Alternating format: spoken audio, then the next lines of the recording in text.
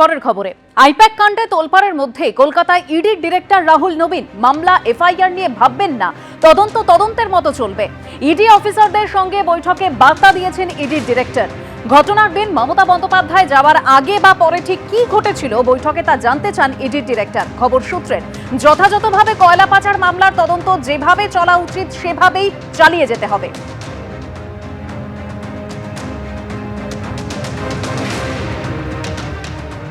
ফারাক্কা কাণ্ডে বিরোধীদের আক্রমণ আর এই ঘটনায় দলের ভিন্ন সুর শোনা গেল এবার তৃণমূল নেতা কাজল শেখের গলায়। তিনি বলছেন, সরকারি সম্পত্তি নষ্ট করা উচিত নয়, যা হয়েছে ঠিক নয়।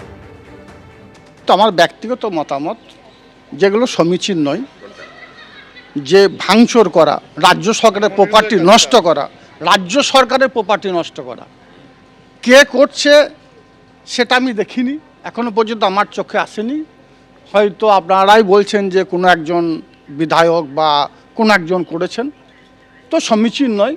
আমি বলবো সারা বাংলায় যে একটা সুশাসন আছে, মমতা বন্দ্যোপাধ্যায়ের প্রশাসন যেভাবে বাংলার পরিবর্তন ঘটিয়েছে, বাংলায় কাটাকাটি খুনোখুনি রাহাজানি বাদ দিয়ে বাংলার মানুষ উন্নয়নের পথে হাঁটতে শিখেছে।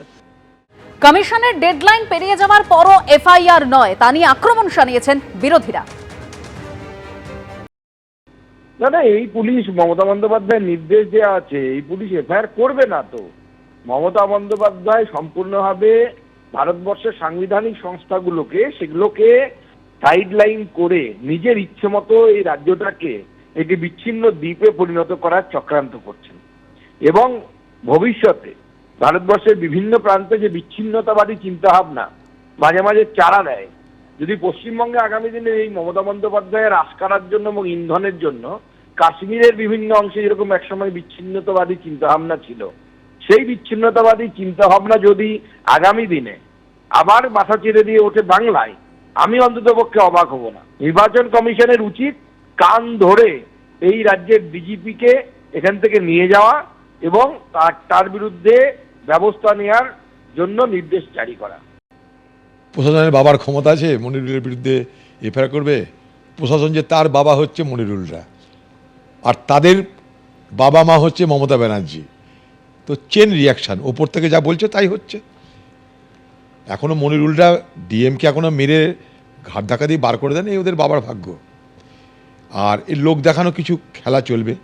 ডিএম বলবে এসডিওকে এফআইআর করো, এসডিও আইসিকে বলবে এফআইআর করো, ঠিক আছে? পাসিং দ্য বাক গেম চলবে, আমার ঘাড়ে না তোমার ঘাড়ে, তোমার ঘাড়ে না তার ঘাড়ে, যাতে নির্বাচন কমিশন আবার উপর থেকে পরে এদের বিপদ না ঘটায়, তার জন্য ঘাড় বদলানো চলবে, ঠিক আছে? আর নিচে যদি এক জমি যায় উপর নিরুপায়, এমন কেস দিবে যেন ঢুকতে ঢুকতে তার বেল হয়ে যায়। ফুল বেল পাতা সব রেডি করে রেখে স্যান্ডা করবে, বেলও হবে, বাড়িও যাবে, আরও বড় নেতা বানানো হবে।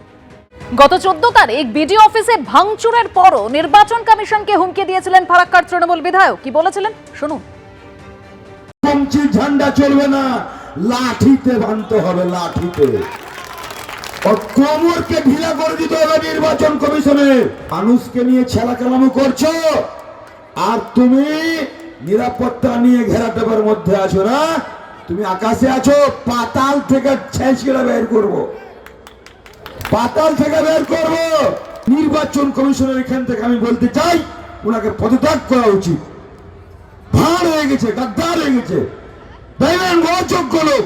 আমি শুধু ইশারায় বলবো, 19 তারিখে ফাইনাল লিস্ট বের হবে, তখন কিন্তু যদি সব ঠিকঠাক হয়, আর নচেত দেখবেন চারদিকে আগুনে আগুন জ্বলছে, কিচ্ছু করার নেই, কিচ্ছু করার নেই।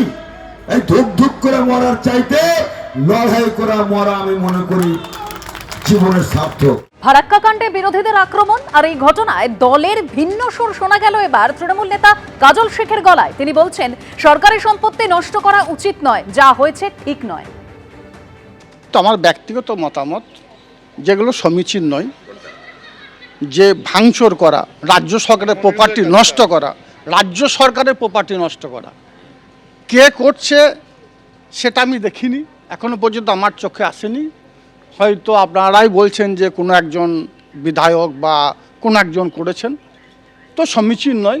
আমি বলবো সারা বাংলায় যে একটা সুশাসন আছে, মমতা বন্দ্যোপাধ্যায়ের প্রশাসন যেভাবে বাংলার পরিবর্তন ঘটিয়েছে, বাংলায় কাটাকাটি খুনোখুনি রাহাজানি বাদ দিয়ে বাংলার মানুষ উন্নয়নের পথে হাঁটতে শিখেছে।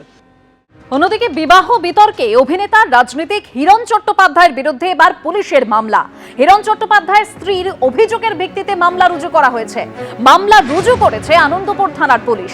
হিরণ চট্টোপাধ্যায়ের বিরুদ্ধে মানসিক ও শারীরিক অত্যাচারের অভিযোগ করেছেন তার স্ত্রী অনিন্দিতা। বিবাহিত অবস্থায় হিরণ চট্টোপাধ্যায় ঋতিকা গিরি অবৈধভাবে বিবাহ বন্ধনে আবদ্ধ হন বলে অভিযোগ। আর এই অভিযোগে জামিন অযোগ্য ধারায় মামলা রুজু করা হয়েছে। ভারতীয় ন্যায় সংহিতার মোট 3টি ধারায় বিজেপি বিধায়কের বিরুদ্ধে মামলা রুজু।